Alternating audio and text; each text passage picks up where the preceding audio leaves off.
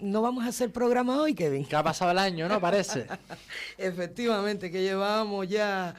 Bueno, desde el año pasado que no te veía. Así es. ¿Cómo estamos, Muy Kevin? bien. ¿Y tú qué tal? ¿Cómo pasaste la fiesta? Muy bien, en familia, como es lo que toca. Aunque yo sé, algunos las pasaron mejor que otros. No sé por quién lo dice, pero bueno, me alegro por esas personas.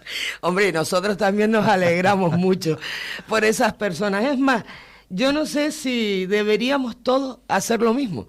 En un momento dado llegan las fechas navideñas y decir, me voy. No estoy con la familia, no estoy con los amigos. Oye, ya veremos a lo largo del año cómo cuadramos. A veces el hecho de pasar las navidades fuera te permite ver cómo en otros sitios también pasan este tipo de fiestas y quieras o no también enriquece. También enriquece. Bueno, y es diferente, o también son muy familiares. Hombre, yo creo que también es distinto porque, quieras o no, hay una cosa que influye bastante y es el tiempo. El tiempo, es decir, cambia la vestimenta, los aspectos de las calles, digamos la decoración navideña de las fachadas, y eso, quieras o no, pues inculca un poquito más el ambiente navideño. Hombre, también es cierto que en muchos sitios de Europa no se viven como aquí, ¿no? Evidentemente. ¿Me entiendes? Y también tengo que decir una cosa, que donde mejor se pasan es aquí en Canarias, que tenemos ese tiempo que acompaña. Había mucha gente en pleno 31 de diciembre bañándose en esa playa del Inglés, ¿no? Cosa que otros sitios no pueden presumir de ello. Hombre, hay otros en que se van a hacer esquí. Sí. Bueno, aquí tenemos las dunas nosotros para hacer esquí en las arenas. En las arenas. En las dunas de arena. En las dunas de arena, bueno. No des idea que se está... No des idea. Bueno, el abogado de este batiburrillo, don Kevin Paz, supongo que la abogacía no ha parado, ¿no? O sea, los juicios han continuado a pesar de las fiestas y los procedimientos, etcétera. Salvo por la última parte, que fue justo antes de las vacaciones navideñas, que fue el pronunciamiento del Tribunal de Justicia de la Unión Europea con respecto a, digamos, a la condición de Oriol Junqueras y todo lo que conlleva el pronunciamiento por parte del tribunal en cuanto a cuándo ha sido este hombre elegido como eurodiputado, la inmunidad o no, que ya al final del programa, si te parece bien, le damos un pequeño repaso por encima. Pues como bien sabes, las fiestas navideñas pues siempre paraliza un poco la actividad judicial. Bueno, pero yo creo ya que también con este nuevo gobierno tenemos... Dará pie aún más. Por lo menos en nuestro espacio vamos a estar entretenidos porque se avecinan reformas legislativas importantes. Ya en el día de hoy creo que han subido las pensiones al 0,9%. Con efecto retroactivo a partir de enero, del 1 de enero. Que supondrá una media de una subida de 10 euros por pensionista, y ahora se ha aparcado pues la subida del salario mínimo interprofesional, que según la intervención del presidente del gobierno, Pedro Sánchez, en el día de hoy, no dejó claro cuándo lo iban a afrontar, pero que no iban a desistir de ello. Ahí estaba en su ruta, ¿no? En su hoja de ruta el subir ese salario mínimo interprofesional.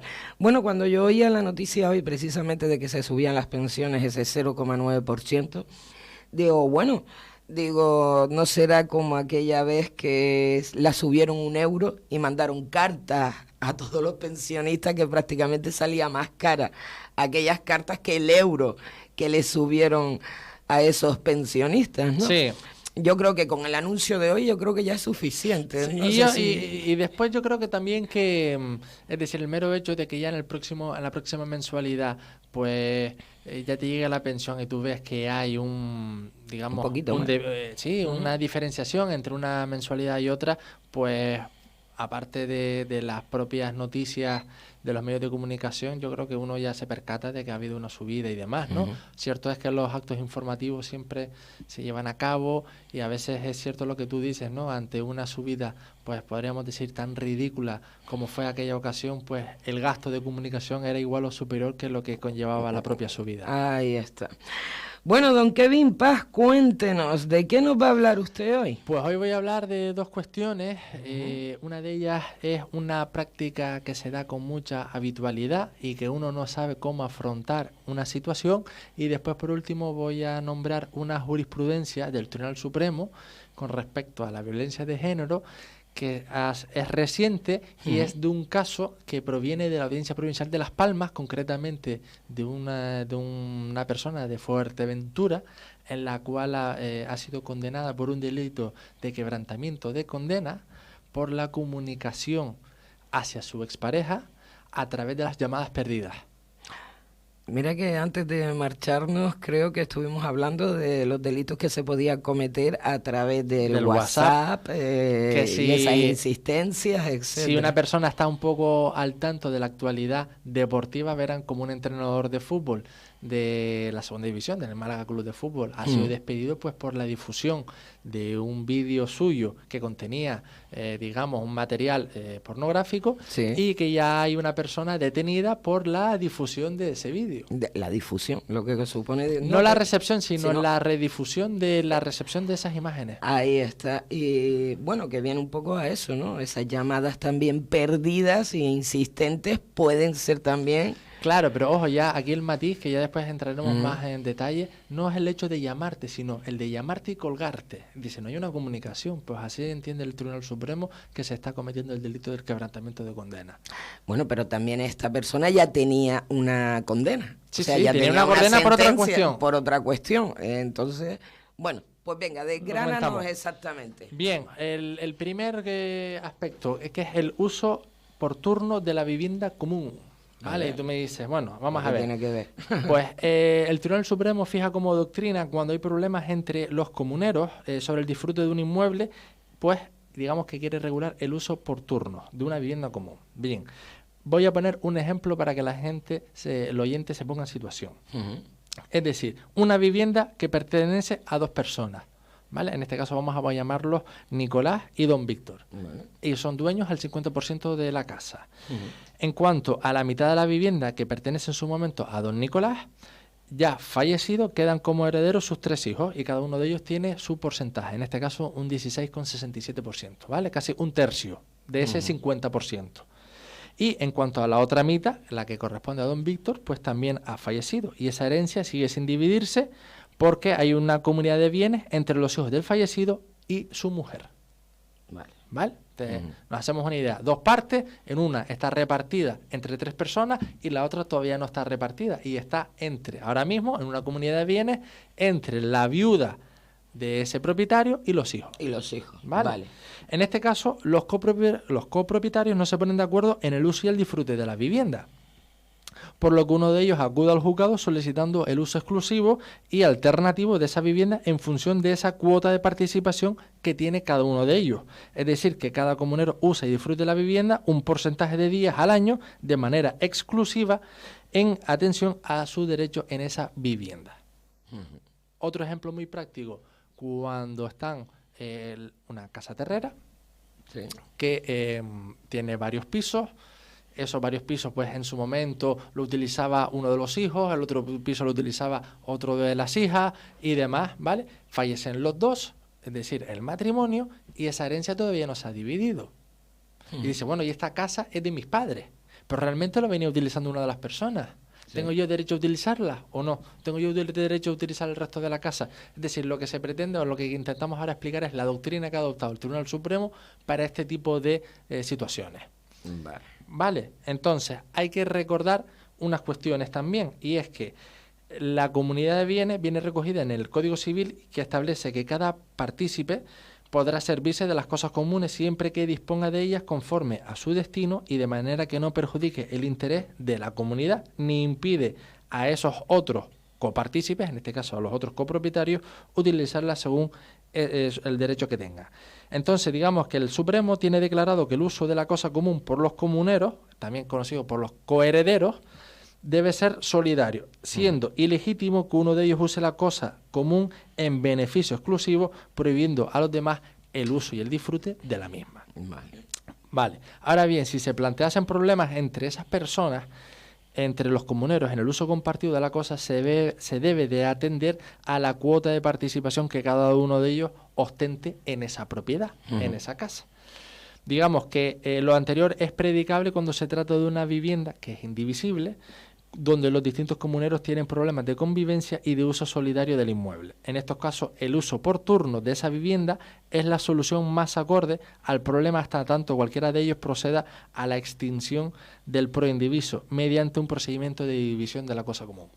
Es decir, que puede darse el escenario de que una casa pertenezca a 5 personas, a 5 hijos, y que no esté aceptado. Y dice, oye, ¿y por qué puede utilizarlo a uno en detrimento de los otros 4? Porque yo también quiero utilizar la casa. Pongamos que es una casa que es la casa de campo o la casa de playa, que no suponga la residencia permanente de una de los coherederos, ¿vale? Oye, ¿por qué el uso de uno excluye al otro? Todos tienen derechos. Entonces lo que te dice es que el Supremo ha adoptado la doctrina de repartirse el tiempo en base al porcentaje de esa vivienda, titularidad que tú tengas sobre esa vivienda, salvo que hayas iniciado el procedimiento de dividir la cosa común, que en este caso es la casa que pertenece por partes iguales a 5 personas. Bueno, pero está dándoles el tiempo que le corresponde por su cuota de participación en esa casa. Claro. ¿No? Es lo que ha venido a decir una sentencia del tribunal, ¿no? Claro, digamos que la solución ideal sería uso y disfrute solidario de la cosa común por todos los comuneros. Cuando hablamos de solidario hablamos de manera personal, ¿vale? Ojo, estamos siempre hablando de escenarios no conflictivos, sino en los que no quepa el acuerdo entre los coherederos, ¿de acuerdo? Sí. Oye, si todos estamos de acuerdo, no va a haber aquí ningún problema, evidentemente. Entonces, cuando se dan situaciones singulares, como la que acabamos de comentar, una vivienda que encima es indivisible, donde la convivencia de todos los comuneros es imposible, se establece la doctrina de aplicar los turnos de ocupación con un uso exclusivo por periodos sucesivos y recurrentes, será considerada como una fórmula justa y aplicable a esos casos de comuneros de viviendas cuando no sea posible o aconsejable el uso solidario o compartido o cuando esa comunidad así lo inste. En resumen, en conclusión, aquellas situaciones en las que haya una casa que no se puede dividir o exista una comunidad de bienes sobre viviendas, si los comuneros no se ponen de acuerdo al uso y el disfrute de ese bien, que sería lo ideal, se puede solicitar al juzgado por cualquiera de ellos, en base al artículo 394 del Código Civil, el uso por turnos de esa vivienda común con carácter sucesivo y exclusivo, atendiendo a esa cuota de participación que cada uno de ellos ostente sobre el inmueble objeto de litigio. Que aquí yo lo que veo es que deberían de ponerse de acuerdo entre ellos. Claro, ¿no? pero es que también entramos en el ejemplo claro de las herencias. Es siempre, ¿Y por qué no se ponen de acuerdo a las herencias? Es verdad. Vale, y después cada uno mira lo suyo y al final sucede lo que sucede. Por lo cual vamos a poner un ejemplo más claro. 2 hijos no se ponen de acuerdo al uso de la casa del sur, por ponerte un ejemplo, o la casa del campo, ya que poniendo un ejemplo para nosotros aquí. Pues si son 2, pues 6 meses uno, 6 meses el otro. Y Santas Pascuas. Y se acabó el problema. En base a la participación, que es la del 50%. Oye, que somos 4, pues 3 meses cada uno. Pues a ti este año te toca de enero a marzo incluido. Pero bueno, aquí estamos hablando porque al fin y al cabo esto sería para cualquier tipo de vivienda. Nosotros lo hemos puesto como la vivienda que tenemos, no la residencia habitual, sino la que podemos tener tanto en el campo como en la playa. Pero para la vivienda habitual sería lo mismo. Para la vivienda habitual es el mismo escenario. Es decir, porque en su momento uno de los hijos haya utilizado un espacio de la casa, una habitación o una planta, como el ejemplo de la casa terrera que yo puse antes, era consentido por el dueño de la casa, que en este caso era el padre o la madre, que era el titular registral de la casa. De la casa, o la que era la usufructuaria o el usufructuario de la casa. Pero al fallecer estos dos, hay una herencia yacente, es decir, hay una herencia que está pendiente de aceptar, que nadie la ha aceptado, y por lo cual esto puede tardar años. Sí. O porque no le instan, nadie insta el reparto de la herencia, o porque estamos en desacuerdo. Bueno, pues mientras tanto, ¿qué hacemos? ¿La dejamos cerrada? ¿Cómo repartimos el tiempo, el uso o el disfrute, o incluso las rentas que puedan llevar a cabo? Para el ejemplo, en este caso estamos hablando de las casas que, ojo, pueden ser que estén en alquiler. También, sí. Que eso es otro debate, ¿no? Pero aquí estamos hablando del uso del inmueble. De la vivienda. Pues el uso del inmueble se ha fijado la doctrina por parte del Tribunal Supremo que establece que ese uso compartido, en el cual solo lo puedas utilizar tú, sea en base ese periodo de tiempo al porcentaje de titularidad que te corresponda. Bueno. Decisión salomónica, pura y dura. Exacto, ¿no? Bien, el tema es, como sea una casa de campo y te toca los meses de diciembre tremenda la gracia. De enero, la gracia que sea. Bueno, salvo que sea aquí en San Bartolomé de Tirajana, que será casi igual de bueno que en los meses de verano u otro municipio turístico, ¿no? Efectivamente. Bueno, o en esta isla de Gran Canaria, vamos a dejarlo Yo iba a así. decir Mogán, ¿no? Que es También, el otro hombre, municipio por excelencia turístico, ¿no? También. Mogán está claro que me da igual la época del año. Así es. Todavía mejor clima que San Bartolomé de Tirajana. Seguramente. Todavía muchísimo mejor. Pero bueno, que es una decisión, Salón, que al final todo el mundo tiene que aceptar en un momento dado, ¿no? Pues, sí, es decir, lo que queremos es que esto es una doctrina que ha adoptado el Supremo. Insistimos, siempre es mejor un acuerdo entre los, en este caso, entre los herederos o los que formen la comunidad de bienes, que, ojo, porque igual estamos hablando de herencia, pero también en otros casos igual estamos hablando de compra-venta de inmuebles. Es decir, con una casa hayan aceptado toda la herencia y resulta que la casa, una vez ya aceptada la herencia, te corresponde un 25%, porque la casa era lo único que había. Ah, sí. Y la casa sí. está repartida entre los 4 y el 25%. ¿Qué pasa con esa casa? Sí, o la vendemos.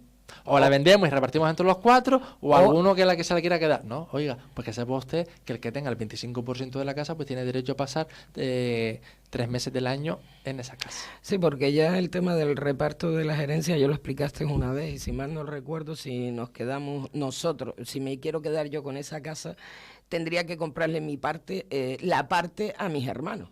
Evidentemente. Por ejemplo, ¿no? O lo vendemos a un tercero y que abones el 100%. Ahí está, exacto. Que en un momento dado, si es uno de los herederos, pues tendrá que abonar la parte correspondiente a cada uno de los hermanos. Claro, que normalmente otro escenario que genera muchos problemas, que en ese supuesto que estás comentando tú, es el valor, el precio que se le da eso al porcentaje de cada uno de ellos, ¿no? Sí, es verdad, hablaste de eso. Dice, eso depende también del precio que se le dé. Claro. En un no es lo mismo un dado. precio de mercado, después el comentario moralista que siempre se utiliza, me vas a vender a mí, a tu hermano, el valor o a un precio de la calle, a un precio de mercado. Ahí está. Es decir, ya después entraríamos en otros, digamos, resquicios que serían casi legales, pero que influyen moralmente. Si decirte mejor hacer negocios con gente desconocida que con la propia familia. Hombre, eso siempre queda en base a la experiencia de cada uno, ¿no? Ahí está, vamos a dejarlo así. Bueno, y ahora sí que vamos a tratar precisamente eso de las llamadas perdidas, de lo que estábamos comentando al comienzo, que yo me quedé, digo, bueno, ¿qué tiene que ver esto? Sí, pues esto es una sentencia reciente, ¿de acuerdo? De la Sala de lo Penal del Tribunal Supremo, que considera que una llamada realizada al teléfono de una víctima de violencia de género por quien tiene prohibido comunicarse con ella, aunque no fuera atendida por esta, es decir, que esa llamada nunca se cogiera, ¿vale?, constituye un delito de quebrantamiento de condena, siempre que quede registrado y sea posible saber quién la efectuó, y ya que la víctima es consciente de esa existencia de una llamada que perturba la tranquilidad y la seguridad de ella. Por lo cual, la Sala del Supremo lo que ha establecido es que se trata de una forma de contacto escrito, equivalente a un mensaje, que se hubiera remitido a esa persona destinataria de la llamada, haciendo constar que ésta se ha efectuado. Incluso aunque tenga lugar de forma automática, ejecutada por un propio sistema, se trata de un mensaje en el que se pone en conocimiento del destinatario, que es decir, la persona que recibe la llamada, que se le ha efectuado una llamada desde un determinado terminal, es decir, desde un determinado móvil. El sistema de los teléfonos hoy en día, que cualquiera conoce, funciona de una manera automática, proporcionando esta información. Por lo cual, que el mero hecho de llamar, cuando es posible identificar la procedencia, ya supone en esos casos un acto consumado de comunicación. Por ello concluye que en los casos en los que se efectúa una llamada al teléfono de la persona protegida por esa pena o medida de prohibición, y ésta no la atienda, es decir, no coja esa llamada, el delito queda consumado si ha sido efectiva esa comunicación por la existencia de una llamada efectuada por quien tiene prohibida la comunicación. La verdad que a mí me ha sorprendido. Pues a mí hasta claro, me gusta. Me sorprende, pero me gusta. El tema no está en que la llamada es la comunicación, no, sino que a raíz de tu llamada, los terminales generan automáticamente un mensaje y te dice, esta persona te ha llamado. ¿Vale? Por lo cual, esa persona la tienes registrada y demás. Si tú sabes que tú no puedes comunicarte con esa persona, ¿vale?, no da lugar a que tú lo llamas. Aunque tú no cojas el teléfono. Sí, aunque yo no te responda a la llamada. No quiero responderte a la llamada. Tú tienes prohibido llamar. Por lo cual ya... comunicarte conmigo. Claro, y esa llamada perdida que a ti te aparece en la pantalla, el Tribunal Supremo interpreta este hecho como si fuera un mensaje de texto. Claro. En la cual se te está poniendo en conocimiento a ti, destinataria, que esta persona ha intentado llamarte. Y vamos más, es decir, la sala... Cuando hablo de la sala me refiero al Supremo, indica que no solo es relevante el incumplimiento de esa orden emanada de un órgano jurisdiccional contenida en una sentencia como una conducta que atenta al correcto funcionamiento de la Administración de Justicia, sino que también ha de valorarse que el quebrantamiento de esa medida supone un ataque a la seguridad y a la tranquilidad de la persona a la que se pretende proteger con esa resolución en la que se acuerda esa medida o se impone la pena. Por ello, la perturbación de esa tranquilidad o amenaza a su seguridad se aprecia desde el momento en el que es consciente de la existencia de esa llamada efectuada por esa otra persona a la que se le había impuesto la prohibición de comunicarse. Ahí está. No, yo me iba a remitir a lo que decías también al comienzo, ¿no? Que quieras o no, yo solamente ver esa llamada ya me puedo sentir intranquila. Te genera una incomodidad, evidentemente. Estoy intranquila. Digo, estará por aquí, estará viéndome, estará vigilándome, estará alrededor, ¿dónde está? Vamos a ponernos en un escenario de que estás en un centro comercial sentado en una cafetería y tú no sabes si está al lado tuya, si te está viendo desde algún lado. Es decir, ya te está generando esa, pues como bien hemos dicho, esa inseguridad o, digamos, amenaza a la seguridad y la intranquilidad que eso conlleva, ¿no? Sobre todo cuando venimos de un episodio, no nos olvidemos, de violencia de género, con lo que ello conlleva, una causa penal y demás. Por lo cual, digamos, es que este tipo de medidas impiden al penado, en este caso, pues por cualquier medio de comunicación o medio informático o telemático, contactar por escrito, verbal o visualmente con esa víctima o con aquellos de esos familiares u otras personas que haya determinado el propio tribunal. Por lo cual no se exige un contacto escrito o verbal de doble dirección, es decir, emites un mensaje y recibes una respuesta, no, sino que tampoco se establecen límites mínimos al contacto, sino siendo suficiente la existencia. Y lo que importa es que alguien haga saber algo al otro, que es lo que al fin y al cabo se pretende y evitar, o sea, lo que se pretende realizar por la parte de uno y lo que se pretende evitar por parte del otro. Por lo cual, este tipo de comportamientos, recordemos que constituyen otro delito, que en este caso es el delito de quebrantamiento de condena, tipificado en el Código Penal con penas de prisión de 6 a 1 año. De prisión. Puede entrar, o sea, si no estaba en la cárcel, bueno, en la cárcel sí, se te queda suspendida. Si tienes, vamos a ver, vamos a poner un ejemplo tipo, en el cual una persona tiene un delito, ha sido condenado por un delito y por lo cual tiene su consiguiente pena. Esa pena pudo haber sido de prisión, pero que se le queda suspendida porque puede ser su primer antecedente penal. Esa condena se le pone como de manera accesoria la prohibición de aproximarse y comunicarse con la víctima. Y resulta que cogemos y procedemos a llamar a esa persona. No hay una comunicación porque la otra persona no te llama, pero puede formular una denuncia poniendo en conocimiento de este hecho ante la Policía Nacional. Habrá que, lógicamente, verificar desde qué móvil o desde qué teléfono se ha realizado esa llamada y que esa persona, quien la ha realizado, ¿vale?, es a la que se le ha impuesto la prohibición de comunicarse, ¿vale? Otra cosa es, vamos a ver un ejemplo, que el hombre tiene la prohibición de comunicarse con su expareja, pero resulta que el hombre le da el teléfono móvil a un amigo y es el amigo el que realiza este tipo de llamadas. Ahí no se estaría cumpliendo el tipo, ¿no? Es decir, podríamos estar hablando de otro tipo de conducta presumiblemente ilícita, pero en este caso quien debe de realizar la llamada es el que está condenado y al cual se le ha impuesto la medida de prohibir comunicarse con la víctima. Hombre, bueno, aquí hablaba del tema de las personas, ¿no? Que el tribunal hubiese determinado, pero eran las personas relacionadas con ella, ¿no? Claro, muchas veces, por ejemplo, ponemos el caso de que se le prohíbe, o al hijo, o a la hija, o a quien sea. Directamente también se les puede prohibir ponerse en contacto con esos personas que tengan familiares. una relación, evidentemente, porque así lo justifique y se entienda que es necesario el establecimiento de esa medida. bueno, una advertencia más a esos maltratadores. No, y yo creo que supone un paso más. Cierto es que en materia de violencia de género, Neri, veremos que a lo largo de este año creo que se van a llevar a cabo un montón de actuaciones legislativas destinadas a reforzar la figura de la víctima de la violencia de género, y no solamente eso, sino también va a ser necesario pues llevar a cabo, fomentar la concienciación y la necesidad de que este tipo de actuaciones no se llevan a cabo por el mero hecho de que la otra persona sea un hombre, sino porque esa otra persona sea machista y porque esa otra persona conlleve a cabo actuaciones delictivas. Que es muy importante, tal y como hemos visto, desgraciadamente, en los últimos plenos del Congreso de los Diputados, donde se ha utilizado muchas veces la herramienta, la violencia de género, como una arma arrojadiza para desvirtuar los argumentos de determinados partidos políticos. Y luego que también convertirla prácticamente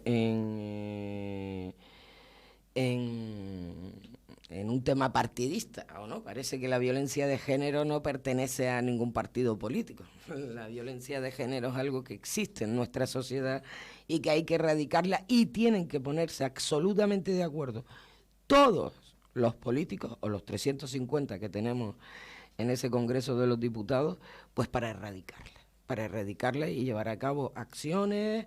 No sé si hay que continuar. Sí hay que continuar con la educación, ¿cómo que no sé? Claro que hay que continuar con la educación, pero me refería que no sé si es a través de los colegios, pero recalcar muchísimo también en casa, que ya eso es un poquito nosotros, ¿no? Y por todas partes, bajo mi punto de vista. Yo creo que, como he dicho, va a ser una materia que este año dará mucho que hablar. Esperemos que sea para bien, porque se producen avances. Porque hablar bien o hablar para bien de esta materia es complicada, pero que supongan las actuaciones que se llevan a cabo, pues que supongan un blindaje de los derechos y las protecciones de estas víctimas, de las víctimas de violencia de género, y que a su vez pues se fomente en la educación, en la cultura y el respeto, para evitar este tipo de situaciones, porque no nos olvidemos que el Código Penal es la última ratio, digamos, es la última herramienta que se suele utilizar cuando ya no cabe otra, y eso es lo que tenemos que procurar evitar. La justicia, la última herramienta cuando ya no cabe otra, perdón. Vamos a ver, lo comentamos al comienzo, ya que no hemos hablado en todo este tiempo, y oye, de las vacaciones navideñas teníamos que haber estado aquí en la radio. Sí, la verdad que en esa jurídicamente fue movidita. Y va a ser movidita a lo largo de esta semana, pues con el nombramiento de la... se presume la próxima fiscal general del Estado, que va a ser la anterior ministra de Justicia. Bueno, y eso, ¿qué opinión te merece a ti? Porque ya hemos visto la opinión de muchísimos juristas.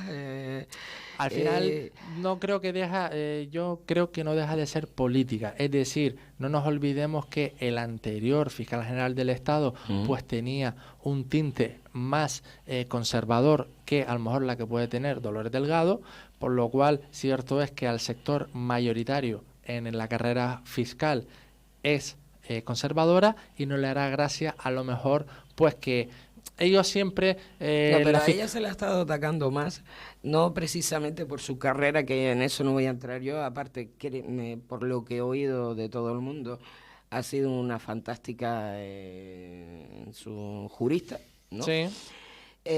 Y que tiene toda la preparación para en un momento dado llevar la fiscalía, ¿vale? Pero lo que se ha criticado es precisamente eso, que con la separación de poderes, cómo es que tenemos a una ex ministra, en este caso, ¿vale? Al frente de la Fiscalía del Estado, ¿no? Sí, vamos a ver, yo creo que es muy fácil hacer esta crítica, ¿no? de la separación de poderes y demás, pero no nos olvidemos una cosa, es decir, no puede haber una separación de poderes real cuando la designación de la Fiscalía General del Estado depende del Ejecutivo. ¿Vale? Bueno. Vamos a partir de esa base, es decir, y cada cambio, voy a ser más abstracto, con el cambio de color de cada gobierno automáticamente se cambia el fiscal general del Estado. No, y no solo el fiscal general del Estado, empiezan a y cambiar. Otras cuestiones, pero bueno, estamos hablando del rojo al azul, del azul al rojo, es decir, al final cada uno pone el suyo. Que podríamos entrar en un debate, la procedencia o no, de que una persona que estaba en el Ejecutivo hasta la semana pasada ahora va a estar al frente de la Fiscalía del Estado, y por qué se ha motivado, si el anterior no ha sido tan neutral, que al final ha podido generar pues un recelo por parte del Ejecutivo, por lo cual haya decidido ahora cambiar a esa figura. Bueno, puede ser un debate amplio, pero al fin y al cabo yo creo que si hay una persona que reúne el perfil y tiene unos requisitos y su currículum el currículum de ella es impecable, y es más, que es lo que le hace ser de mérito de uno y mérito de otro, por lo cual yo creo que al final saldrá para adelante y digamos que estará claro que formará parte pues de un argumento más que será objeto de debate cada vez que haya un comportamiento, hablo del procedimiento del proceso, en el cual, pues, como el que hubo por parte de la Abogacía del Estado, llegado el momento con el cambio de gobierno, pues que se puede interpretar que se está vulnerando la independencia por parte de la Fiscalía. Bueno, se puede interpretar. Se puede interpretar. Hombre, yo creo que entonces en esta conclusión me voy a quedar con que entonces lo que tenemos que cambiar en esta querida España nuestra es la manera de elegir a esos, pues en este caso a ese fiscal del Estado, a esos también jueces del Tribunal del Consejo General del Poder Judicial, que son propuestos por los partidos políticos. Ahí está. Es decir, al final tendríamos que... Claro, es que al final una cosa... comenzar a cambiar, entonces el procedimiento ese, ¿no? Sí. De cómo se eligen. Exacto. De cómo se eligen. Y eso lo voy a enlazar con otro tema que quería comentar y que me resultó muy interesante escuchándolo en las intervenciones por parte de los representantes de los partidos políticos. Ahí hablo, por ejemplo, del Pleno del Congreso de los Diputados, en el cual salió elegido por última vez, por mayoría simple, Pedro Sánchez, ¿no? Aitor Esteban, que del Partido Nacionalista Vasco, que a lo mejor puede ser una persona que ideológicamente uno pueda estar contrario a él, no por el mero hecho de ser independentista, sino porque es más conservador que progresista, pero realmente cuando escuchamos esos días el run por parte de determinados partidos políticos en los cuales se decía que la elección de la presidencia, en este caso del candidato Pedro Sánchez, era ilegítima o que era contraria a la ley o que atacaba a la monarquía, porque de hecho la monarquía también fue objeto de debate esos días, sí quería aclarar una serie de cuestiones a los oyentes de manera sucinta. Es decir, no nos olvidemos que el rey reina en este país, pero no gobierna, por lo cual el rey tiene que acatar la Constitución y a su vez tiene que acatar pues las funciones de los ejecutivos, en este caso el Poder Ejecutivo, el Legislativo y el Judicial. Es la primera vez que también se pone en tela de juicio la figura de evidentemente, ¿no? Pero que la primera vez. Yo creo que la reflexión en la cual se explicaba, donde se decía, oiga, estamos aquí ahora en un debate de investidura por parte de esta persona, porque se decía que los compañeros de viaje de esa persona, que era Pedro Sánchez, iban a atentar contra la monarquía. Sí, sí. O iba a suponer el fin de la monarquía. Bueno, pues yo lo vi prometiendo lealtad. Evidentemente, o sea, no nos olvidemos que esa investidura tiene lugar porque el rey, en este caso, previamente tuvo una ronda de contactos con los representantes de los partidos políticos. Y una vez que se ha entrevistado con todos ellos, le ponen conocimiento a la presidenta del Congreso de los Diputados, a la presidenta de la mesa del Congreso de los Diputados, oiga, tenemos este candidato. Por lo cual, legitimidad toda. Y como bien señalaste después, todos los partidos políticos que estuvieron presentes en el Congreso de los Diputados, absolutamente todos, son legítimos. Los partidos políticos son legales, independientemente de que alguno haya estado condenado en alguna causa penal a efectos civiles, pero sigue todos siendo los partidos legales. son legales, por lo cual sus diputados son electos y las decisiones y las consecuencias que emanan del Congreso de los Diputados son totalmente legítimas. Yo tengo algo más que decirte, tanto que se ha hablado de nuestra Constitución, Sí. hay muchas partes que hay que cambiarla, hay muchas tal. Oye, me he dado cuenta en estos días que hay que ver lo que contempla toda esa Constitución. La Constitución yo creo que sería de obligación, Hombre, de una habría que obligada arreglar, lectura, ¿no? Sí, y habría que arreglar a lo mejor algún artículo, adecuarlo a la vida, a la sociedad Al 2020. actual. Exacto, a la sociedad actual. Pero en realidad yo no tocaba muchas cosas de esa Constitución, ¿eh? Hay algunas, no, sobre todo, tú lo acabas de decir, totalmente electos. Aquí la Constitución nos permite presentarnos a unas elecciones. Sí, lo que pasa que lo que habría que cambiar, por ejemplo, igual es el debate o el derecho, por ejemplo, fundamentales u otros derechos que nosotros consideramos que son fundamentales y no lo son, como por ejemplo bueno, el de la también, vivienda. El de la vivienda, ahí ¿Vale? está. Y te pongo un ejemplo. Ujú. Hay otros países para que tú veas qué disparidad, y no lo digo en un sentido peyorativo, ¿vale? Ujú. Finlandia cambió su constitución hace pocos años, ¿vale? Incluyendo y reconociendo el derecho del acceso a Internet en la propia constitución. En la Constitución, lo El pusieron por derecho- Constitución, el o derecho sea, a- el constitucionalmente. El ¿no? derecho a la información, en este caso en el ámbito digital.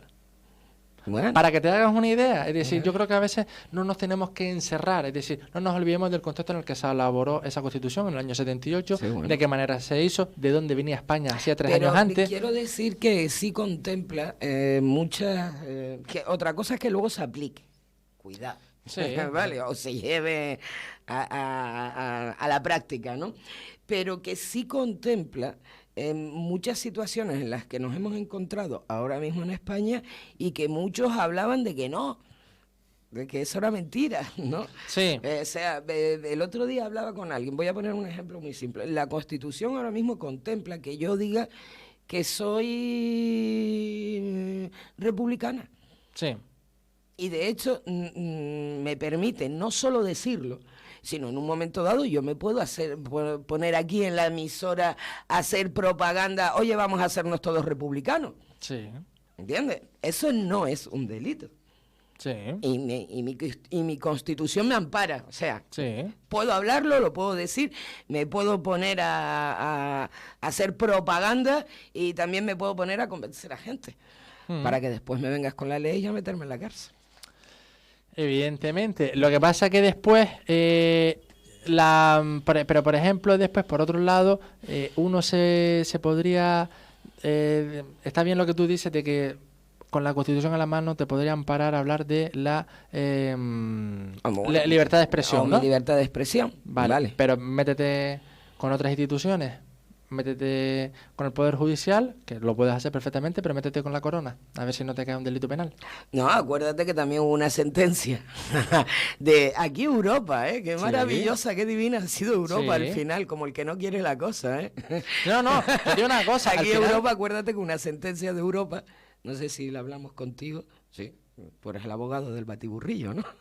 La hablamos contigo del chaval este... Sí, Baltoni, sí, el que había compositor de música. quemado, no, el que había quemado una foto del rey en una foto plaza. del rey. Sí, Europa la echó abajo. sí, correcto. Pero después Baltoni, por ejemplo, por Sí, unas Baltoni, letras, por meterse ejemplo. con la monarquía, Ujú. fue condenado los años que fue condenado y tuvo que marcharse a Bélgica y A está ver. ahora esperando Y que todavía sus está ahí en recursos Bélgica. terminen en la Unión Europea. Es decir, al cabo, a veces queremos ser más papitas que el Papa y hay que poner todo en tela de juicio en su justa medida y ver qué cosas se pueden permitir y cuáles no.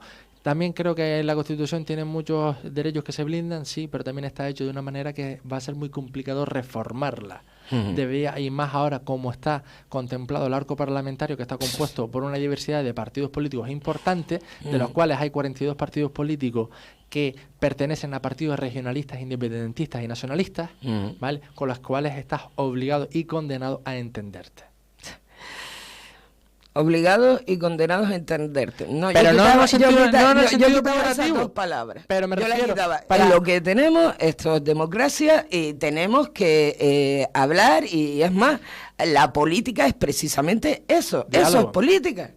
Eso es política, llegar a entendimiento, hablar, consensuar. Eso Sí, es política. Pero bueno, a lo que me refiero, cuando yo utilizo la expresión Sí, obligado sí, y no, condenado, ya, no lo digo en pero- un sentido peyorativo, No. sino que es necesario, Es necesario. contar con esos votos, porque aritméticamente te hacen falta. Punto, no hay más. Bueno, y con esos mismos votos que ha contado el Partido Socialista ahora, hubiese contado también el Partido Popular, o no quiero nombrar a Vox, pero me juego lo que tú quieras, bueno, a ver, a que intentaría llegar a acuerdos. Pero bueno, claro. Vamos a ver, Nereida, no te vayas tan lejos. En el día de hoy, no sé si te has enterado, en el día de hoy, en el Parlamento catalán, ¿vale? Junts per Catalunya, Ciudadanos y el Partido Popular, ¿vale? Esos tres partidos políticos han acordado la subida de los sueldos de los parlamentarios, ¿vale? Por lo cual, es decir, para aquellas cosas que nos interesan, nos ponemos de acuerdo, pero para la cuestión territorial, no. Por lo cual, no ha habido ningún gobierno en este país que no habiendo alcanzado la mayoría absoluta, ¿vale?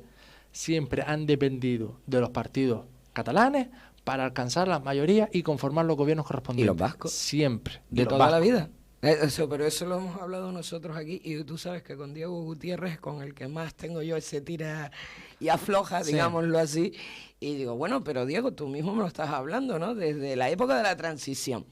¿Quién ha gobernado este país desde la época de la transición? Bueno, salvando UCD en aquella época, ha sido el Partido Socialista y el Partido Popular, en ocasiones con mayorías absolutas que no han necesitado de nadie, y en ocasiones que han necesitado del apoyo. ¿Y con quién han contado? Toda la vida. Los partidos catalanes siempre. Y los partidos vascos. Esos siempre han salido en esa aritmética. No es nada nuevo lo que está sucediendo hoy en día. Bueno, sí tenemos algo nuevo hoy en día. Es la primera vez que este país pues va a ser gobernado por dos fuerzas políticas. Un gobierno de coalición. Un gobierno de coalición que vemos en comunidades autónomas, que vemos en ayuntamientos, y después de estas últimas elecciones, es que no vemos a dos partidos políticos. San Bartolomé de Tirajana está ahora mismo gobernada por 4 partidos políticos. Santa Lucía, bueno, Santa Lucía ya es otra historia. Bueno, pero también componen 4 partidos políticos. Porque la tienen bien liada. Pero efectivamente, otros 4 partidos políticos. Hay Ingenio, otro municipio que está gobernada. Las Palmas 3, Telde 3, es decir. O sea que sí lo Telde 2, no sé, Coalición y Nueva Canaria. Sí, 2, 3. No, ahora me quedé tal. Creo que hay un tercero, pero no caigo. Hay un tercero, efectivamente, pero como no sigo a lo mejor pero bueno, que la política en Telde. Hay muy pocos ayuntamientos, salvo Mogán y alguno que otro más, que tienen la mayoría absoluta. De estas últimas elecciones repitió nuevamente Rocaguairo en Agüime, continúa con mayoría absoluta. El PSOE en la aldea. El PSOE en la aldea, es verdad. Y aparte repitió... Y no sé si algún partido de Artenara, de Tejeda... a nivel del sur-sureste, Agüime es mayoría absoluta, Mogán, Siuca, mayoría absoluta, que en la anterior legislatura tuvo pacto con el Partido Socialista, gobernaron con el Partido Socialista. Me refiero que si lo vemos en ayuntamientos, si lo vemos en comunidades autónomas, que es más... Habitualmente en comunidades autónomas se estilaba mucho más gobernar mínimo 2 partidos políticos. No, que no pasa nada. Qué miedo hay ahora que esté en el gobierno central. Todo lo contrario, pero mejor. No te vayas más lejos. La primera potencia de la Unión Europea, que es Alemania, estaba formada por un pacto de gobierno. Y aparte con 2 partidos. Ideológicamente contrario. La izquierda y la derecha. Ahí está. Aquí podemos extrapolando decir, lo que era el PSOE y el PP alemán. Ahí está. Gobernados juntos. Aquí podemos decir que bueno, que los que se han puesto en coalición, pues digamos que son progresistas, vamos, que son un poquito más de la izquierda, ambos partidos, pero eso en Alemania vemos a la derecha y a la izquierda gobernando un mismo país. Qué miedo hay, señores. Vamos a ver, y si no estamos aquí, seguimos aquí en Radio Faro para hacer, y no solo Radio Faro, cuidado, que hay muchísimos medios de comunicación que de verdad lo que tenemos que estar aquí es precisamente para fiscalizar ese poder. Así es. Y menos mal que que hay muchísimos medios de comunicación que todavía siguen fiscalizando a esos poderes. Kevin, hasta la próxima semana. Nos hemos desviado del tema por último, pero bueno. Pero bien. Bueno, quería hablar contigo de esto porque, vamos, es lo que tocaba ya otro día. Una última cosa, muy sucintamente. Ha sido importante esta sentencia en este periodo de tiempo a efectos de las elecciones generales, el saber cuando una persona adquiere la condición de diputado, de eurodiputado, es decir, de político electo. En este caso, la doctrina Junquera ha sentado un precedente y entiende que la persona adquiere automáticamente la condición electa en base a las elecciones a las que haya concurrido desde el momento en el que la Junta Electoral emita su dictamen reconociendo el resultado de esas elecciones. No es necesario aceptar o firmar o coger el acta. Exacto. O sea, ya en el momento que haya sido reconocidas las elecciones y quién ganó o quién perdió. Desde que se proclamen los resultados. ¿Por qué? Por un ejemplo muy sencillo. No nos olvidemos de que el domingo, la noche electoral, hay está la gente emocionada, los resultados están recientemente frescos, están como recién salidos del horno. Pero es que después hay un proceso de impugnación, se impugnan mesas electorales, se impugnan papeletas, se impugnan X cuestiones. Una vez que eso tiene un trámite administrativo, presenta las impugnaciones, se resuelven, recurres y demás. Una vez que se termine ese periodo que estamos hablando, aproximadamente 2-3 semanas, la Junta Electoral emite un dictamen. Y ese dictamen es el que le otorga a las personas que concurren a las elecciones sus condiciones políticas, sus condiciones electas políticas. Esto fue lo que le pasó al señor Junqueras. Y que va a servir como... No, a Junqueras y por extensión afecta a Puigdemont, afecta a Comín, afecta a determinados parlamentarios que ocurrían en esas elecciones y que va a sentar un antecedente en toda la Unión Europea. Otra cuestión después es que el propio Parlamento Europeo no le reconozca con posterioridad su condición de electo porque dice, oiga, es que usted ahora mismo no es político porque ya es condenado por una sentencia firme, por lo cual está inhabilitado. Sí, bueno.